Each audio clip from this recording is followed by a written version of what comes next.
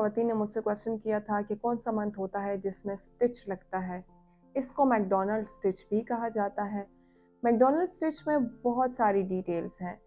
वो कौन सी खवातीन हैं जिनको स्टिच लग जाता है, उसके बाद एहतियाती तदाबीर कौन सी इख्तियार करनी चाहिए, किन चीज़ों का एहतियात करना चाहिए, और इसके अलावा कौन से वो पेशेंट्स हैं जिनको ये स्टिच लगता है।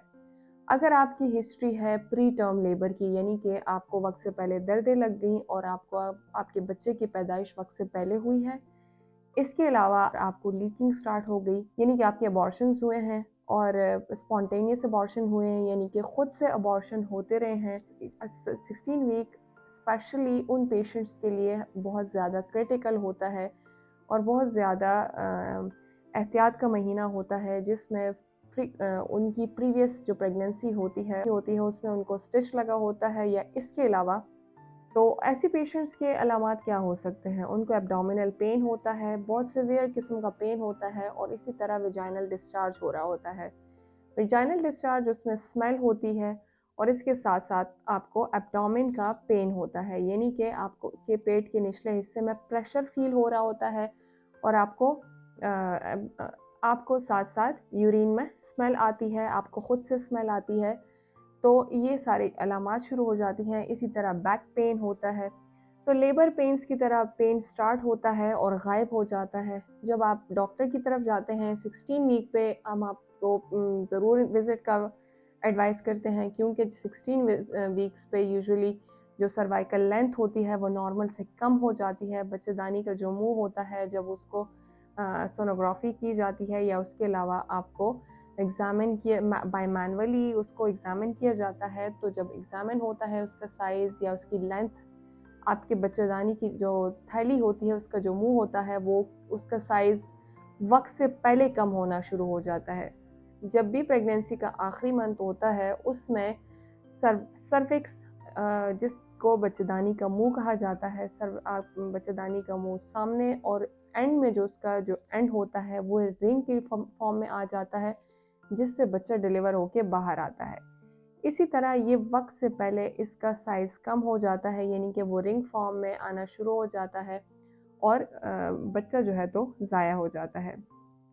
इसीलिए आपको विजाइनल अगर आपको विजाइनल ब्लीडिंग स्टार्ट हो गई है, एब्डोमिनल पेन है, आपको बहुत ज़्यादा नॉजिया वॉमिटिंग है, आपको डिस्चार्ज शुरू हो गया है जिसमें स्मेल भी है, और आपको प्रेशर आ रहा है, तो आप डॉक्टर की तरफ ज़रूर विज़िट करें ताकि आपको एग्ज़ामिन किया जा सके। और अगर आपको सर्वाइकल लेंथ कम हो चुका है, जिसका आपको सर्वाइकल सर्कलाज या मैकडोनल्ड स्टिच का एडवाइस किया गया है, तो इस बात को लाइट मत लीजिए और ज़रूर अपने डॉक्टर के मशवरे पे काम करें, यानी कि सर्वाइकल स्टिच की तरफ ऑप्ट करें। तो इसी तरह ये आपके प्री टर्म लेबर को प्रिवेंट करता है। ये एंड तक आपको स्टिच लगा होता है, और इसमें एंड में जो है तो पेशेंट के 8वां महीना जब ख़त्म हो जाता है तो हम पेशेंट का स्टिच ओपन करते हैं।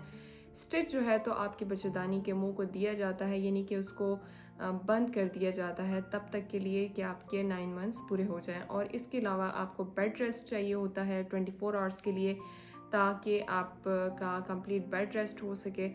और क्योंकि थोड़ा सा पेनफुल प्रोसेस होता है, और इससे ये होता है कि आप प्री टर्म लेबर से बच जाते हैं, यानी कि आपके बच्चे की वक्त से पहले पैदाइश नहीं होती।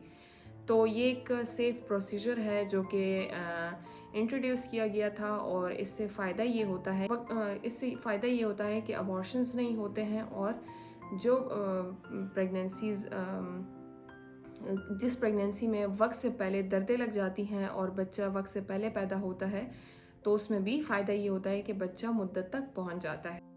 तो आज का जो सेशन था वो 16 वीक पे था कि 16 वीक में यूजुअली जो पेशेंट्स होती हैं तो 13, 14, 15 एंड 16 ये जो वीक्स होते हैं, इसमें यूजुअली पेशेंट्स को हम स्टिच एडवाइस करते हैं अगर रिकमेंडेड है या उनको ज़रूरत है। इसके अलावा अगर आपको भी मैकडोनल्ड स्टिच के अलावा कोई क्वेश्चन हो, या आपका चौथा महीना शुरू हो गया है और आपको कोई क्वेश्चन है या आपको कोई अलामात हैं, तो आप मुझसे कमेंट सेक्शन में पूछ सकते हैं। और 16 वीक में अगर आपको कोई कॉम्प्लिकेशन है तो आप मुझसे ज़रूर शेयर करें। मैं उस पर कोशिश करूँगी कि मैं आपको रिस्पॉन्ड करूँ। Thank you very much.